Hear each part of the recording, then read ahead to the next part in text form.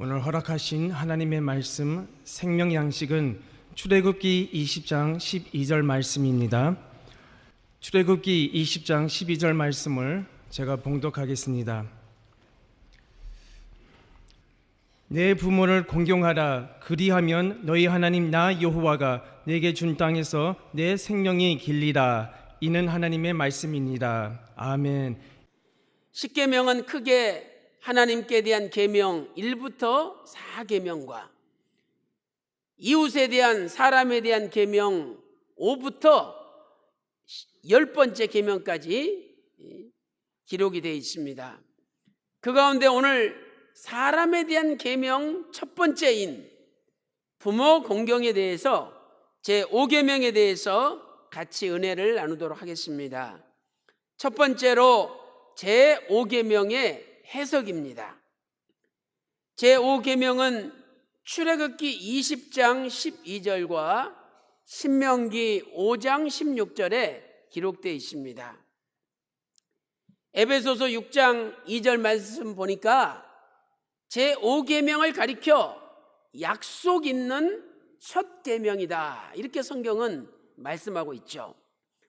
여기 첫이라는 단어는 헬라어로 프로토스라는 단어입니다. 프로토스.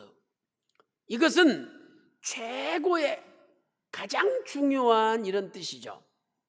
그러므로 인간관계를 설명하는 계명이 6개가 있는데 그 중에서도 가장 중요한 계명이 부모 공경의 계명이요, 또 최고의 계명이 부모 공경의 계명이라는 것을 가르쳐주는 말씀입니다. 첫 번째로 공경의 대상은 내 부모죠. 내 부모를 공경하라. 공경의 대상이 내 부모예요. 내 부모는 내 아버지와 어머니를 가리킵니다. 넓은 의미로 볼 때는 우리를 믿음으로 양육시켜 주시는 모든 스승들도 부모에 들어가요. 내 부모를 공경하라. 넓은 의미로는 우리를 믿음으로 양육시켜 주시는 모든 스승들을 포함하는 말씀입니다. 일대지 두 번째로 공경의 뜻은 무겁게 대한다라는 뜻이죠. 공경하라, 무겁게 대하라. 히브리어로 카바드라는 단어입니다. 그런데 이 카바드에 PL형, 강조형이 사용되었어요. 이것은 부모님을 극도로 공경하라, 아주 무겁게 대하라, 이런 뜻입니다. 우리는 부모님을 가볍게 대할 때가 많이 있죠. 부모님들이 뭘 물어보면은 몰라도 돼요, 이러고 그냥 문 확 닫고 들어가 버리잖아요. 부모님을 가볍게 대해요. 그러나 성경 말씀은 내 부모를 두려워하는 마음으로 무겁게 대하라는 것이 하나님의 말씀입니다. 우리는 이 단어가 잠언 3장 9절과 이사야 43장 23절에 사용되는 것을 볼 수가 있습니다. 그런데 여기 잠언 3장 9절과 이사야 43장 23절 보니까 이 단어가 하나님을 섬길 때 사용되는 단어예요. 그러므로 하나님께서는 부모님을 대할 때도 마치 하나님을 공경하듯이 마음을 다하고 최선을 다하고 정성을 다해서 부모님께 효도해야 된다는 것을 알려주는 거죠. 일대지 세 번째로 공경의 결과는 생명이 길고 복을 누리게 됩니다. 부모님을 공경하는 사람은 생명이 길어요. 그리고 복을 누리게 돼요. 신명기 5장 16절 말씀 보니까 내 부모를 공경하라. 그리하면 너의 하나님 여호와가 너에게 준 땅에서 내 생명이 길고 복을 누리리라. 이렇게 말씀하고 있습니다. 첫째로 생명이 길게 된다. 이것은 장수의 축복이죠. 오래 사는 축복이에요. 우리가 이 보이는 생명만 오래 사는 게 장수의 축복이 아니죠. 장사 시작하면 맨날 들어먹고 손해보고 또 문 닫아요. 그건 장수가 아니에요. 장수의 복을 받으면 장사를 하더라도 꾸준히 장사가 잘 돼서 들어먹지 않고 유지가 되는 거예요.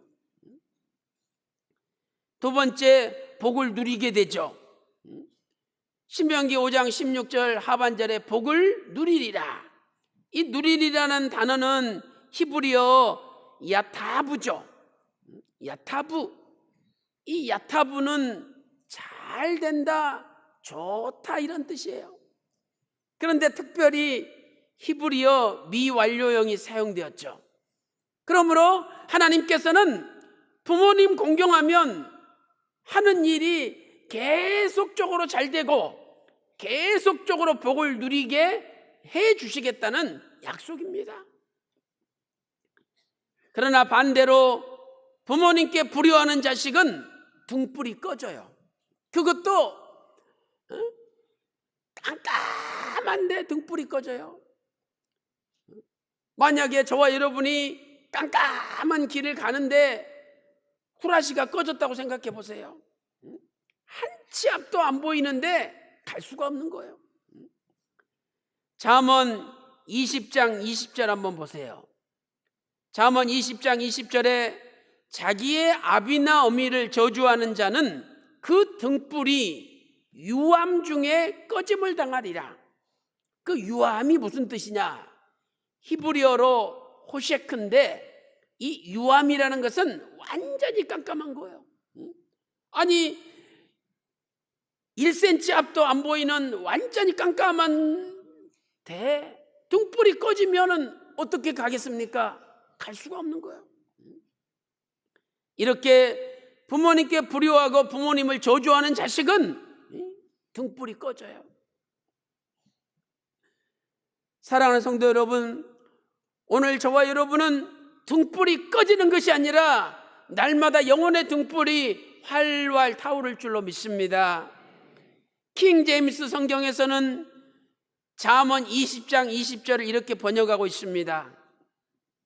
누구든지 자기 아버지나 어머니를 저주하면 그 사람의 등불은 깜깜한 어둠 속에서 꺼지지라. 그 부모님을 저주하는 자식은 깜깜한 어둠 속에서 등불이 꺼진다는 거예요. 바라옵기는 저와 여러분이 부모님께 효도하는 자식이 되어서 우리 앞길에 영혼의 등불이 꺼지지 않고 날마다 활활 타올라서 하나님의 구속사를 전진시키는 저와 여러분 다 되시기를 주님의 이름으로 축원합니다. 큰 두 번째로 제5계명의 세부 율법과 복음적인 확대입니다.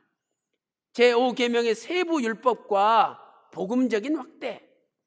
첫 번째로 제5계명의 세부 율법을 살펴보겠습니다. 참고적으로 적으시기 바랍니다. 출애굽기 21장 15절과 17절이죠. 또한 출애굽기 22장 28절입니다. 그리고 신명기 16장 18절부터 18장 22절까지죠. 길죠. 신명기 16장 18절부터 18장 22절까지. 마지막으로 신명기 21장 18절부터 21절까지입니다. 신명기 21장 18절부터 21절입니다. 우리가 이 말씀들을 살펴보면 이 부모를 공경하라, 이 부모의 개념이 단순히 육신의 부모뿐만 아니라 확대되는 것을 살펴볼 수가 있어요. 그래서 나를 믿음으로 양육시켜 주시는 모든 스승들이 신령한 부모예요. 갈라디아서 6장 6절 말씀 보세요. 이런 말씀이 기록되어 있습니다. 갈라디아서 6장 6절에 가르침을 받는 자는 말씀을 가르치는 자와 모든 좋은 것을 함께하라. 하나님의 말씀의 가르침을 받는 자는 하나님 말씀을 가르치는 자와 모든 좋은 것을 함께하라는 거예요. 우리 함께 합니까? 좋은 것은 자기 혼자 먹고 혼자 즐기고 혼자 챙기면서 말씀 가르쳐주는 분들은 안중에 없잖아요. 안중에 없어도 되죠.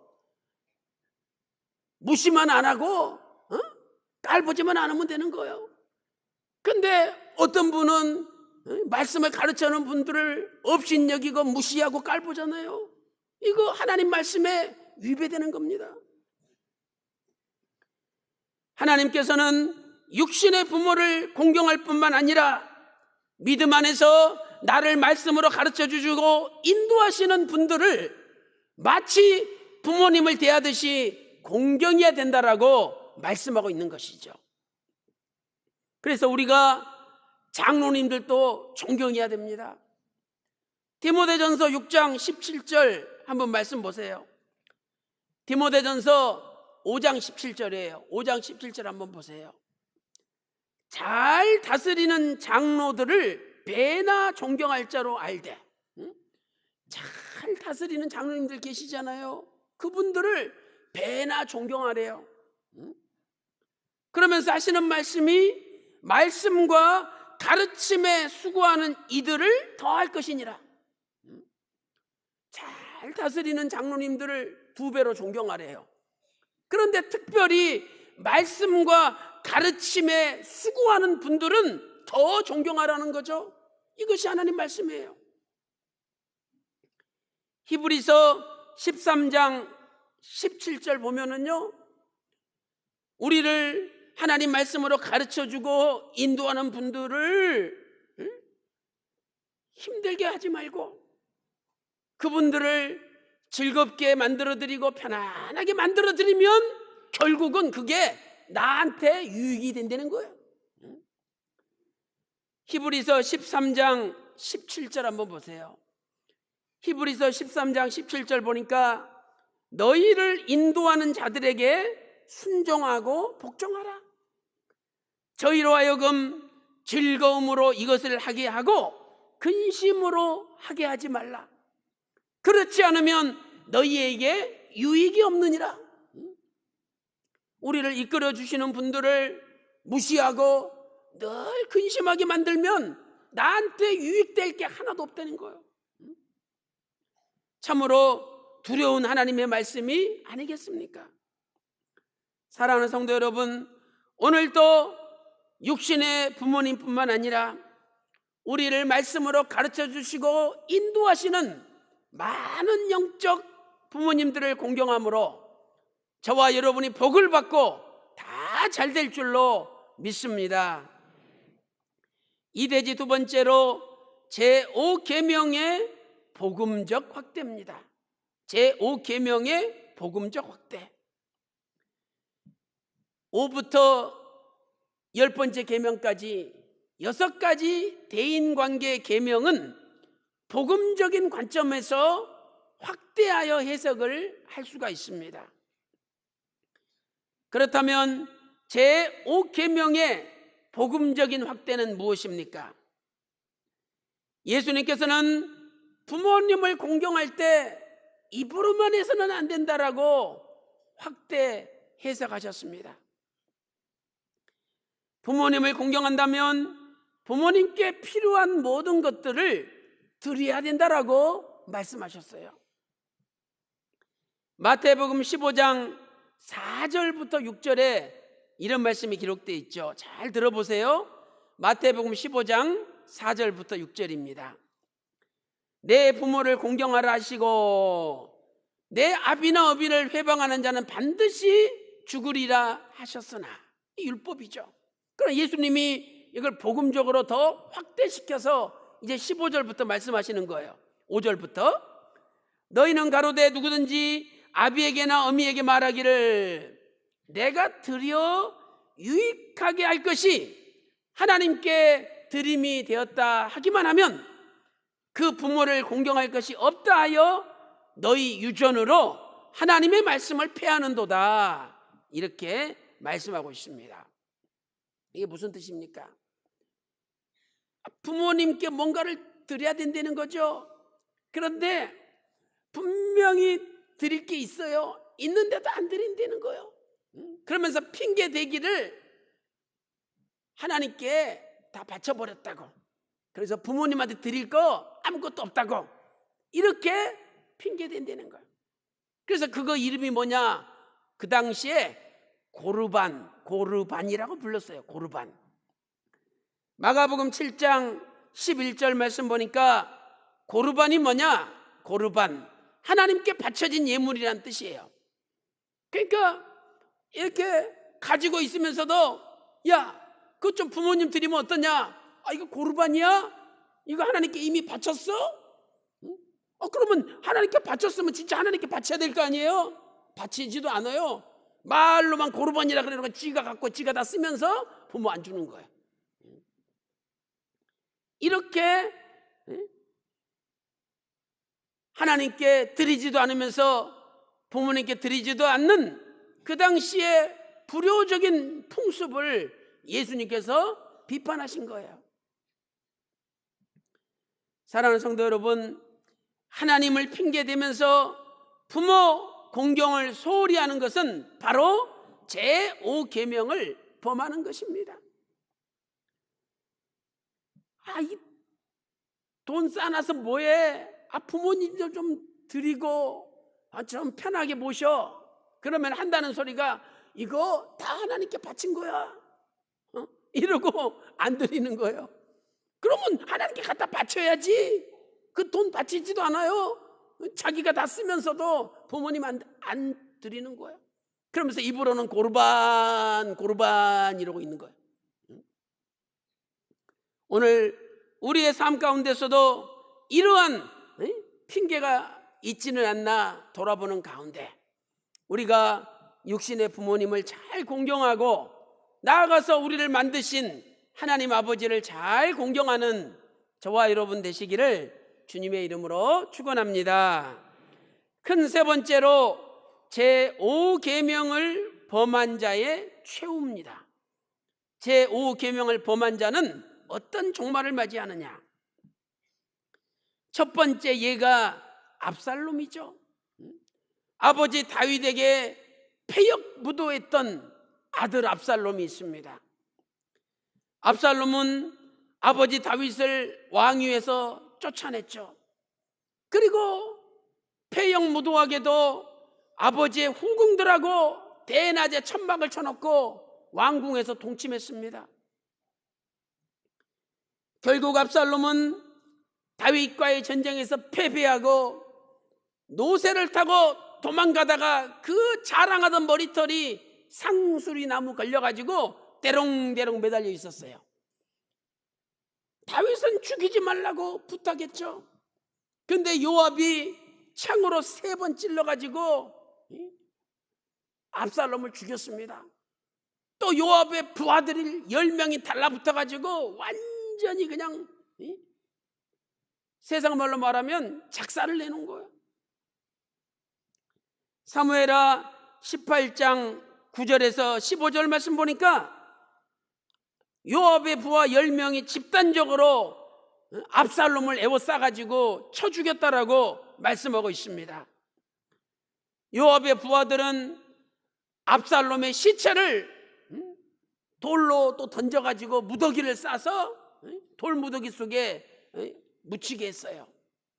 사무엘하 18장 17절에 기록되어 있습니다.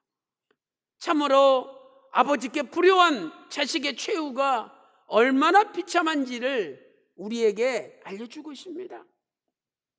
그러므로 우리도 아버지께 불효하면 안 되죠. 두 번째, 부친 엘리의 말을 멸시한 홈리와 비느하스의 경우입니다. 홈리와 비느하스, 제사장 엘리의 아들들이죠. 엘리 제사장은 아들들이 여자들하고 관계하고 하나님께 바칠 재물을 지들이 미리 뺏어 먹고 이렇게 죄 짓는 걸 보고서 책망하였습니다. 사무엘상 2장 24절 보니까 내 아들아 그리하지 말라. 너희들 나한테 들리는 소문이 좋지 않다. 권면했습니다. 그러나 사무엘상 2장 25절에서 홈리와 비느하스는 늙은 아버지의 말을 듣지 않았습니다.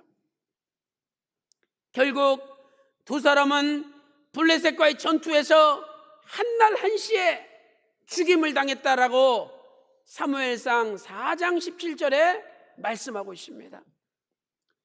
실로 부모님의 말씀을 거역하는 자식들의 최후는 비참한 것입니다.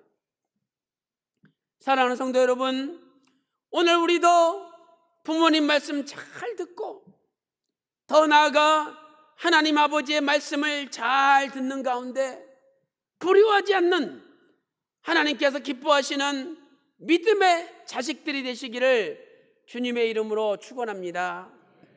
우리도 자식 길러보면 자식이 부모님 말씀 잘 듣고 공부도 잘하고 속도 안 썩이고 순종하고 그러면 기분 좋잖아요.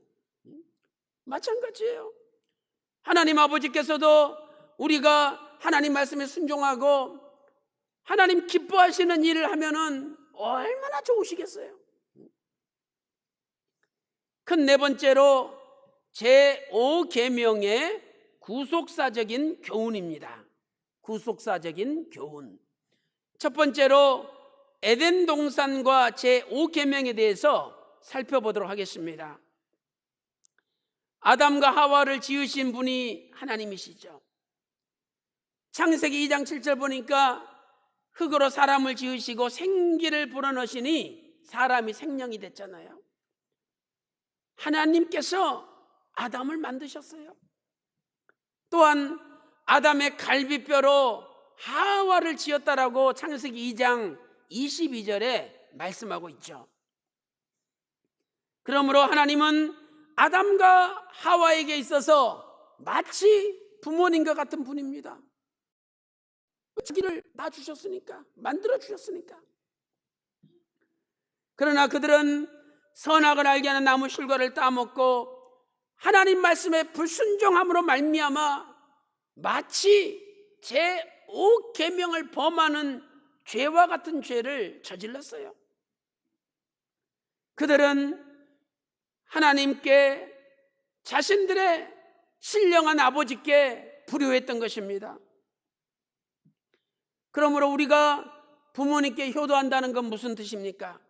바로 부모님의 말씀에 순종하는 거예요. 에베소서 6장 1절 말씀 보니까 자녀들아 내 부모를 주 안에서 순종하라. 주님 안에 있는 문제라면 다 순종해야 된다는 거죠. 헬라어로 휘파쿠오, 순종하라. 휘파쿠오, 이것은 아래에서 듣는다, 경청하다 이런 뜻입니다. 부모님보다 키가 크다 할지라도 부모님 밑에서 말씀을 듣고 경청해야 된다는 거죠. 저 노인네가 망령이 들었나 무슨 햇소리 하고 있어. 우리 부모님들한테 이런 소리 하지 않습니까? 이거 엄청난 죄입니다. 부모님이 그 자리에 안 계셔도 그 부모님한테 이야기한 거 아닙니까? 그런 죄가 되는 거죠. 두 번째, 예수님 시대와 5계명에 대해서 살펴보도록 하겠습니다. 예수님께서는 하나님 아버지께도 효도했고 또 육신의 아버지인 요셉과 어머니 마리아에게도 효도했습니다. 요한복음 12장 50절 말씀 보니까 나는 아버지 명령이 영생인 줄 아노라. 예수님도 아버지 명령이 영생인 줄 알고 아버지 명령에 절대 순종하셨다는 거예요. 예수님께서는 하나님 아버지께서 하라고 명령하신 그대로 순종했습니다. 심지어 겟세마네 동산에서 땀방울이 핏방울이대로 기도할 때도 나의 원대로 마옵시고 아버지 원대로 되기를 원하나이다. 누가복음 22장 42절 말씀 보니까 아버지의 뜻이거든 이 잔을 내게서 옮기시옵소서.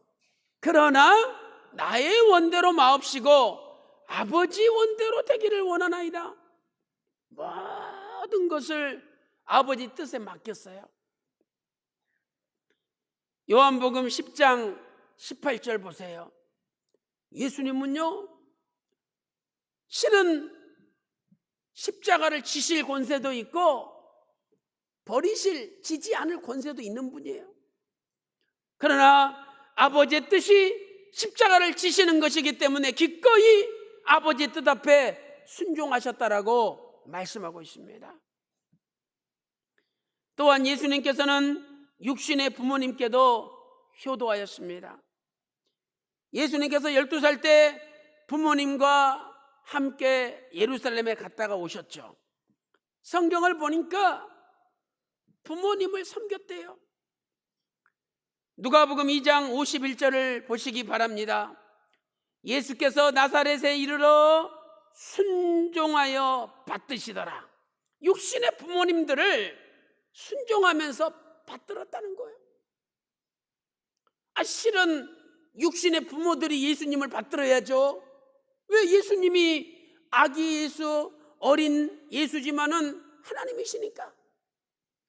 그런데도 하나님이신 예수님께서 육신의 요셉과 마리아를 섬기며 받들었다는 거예요.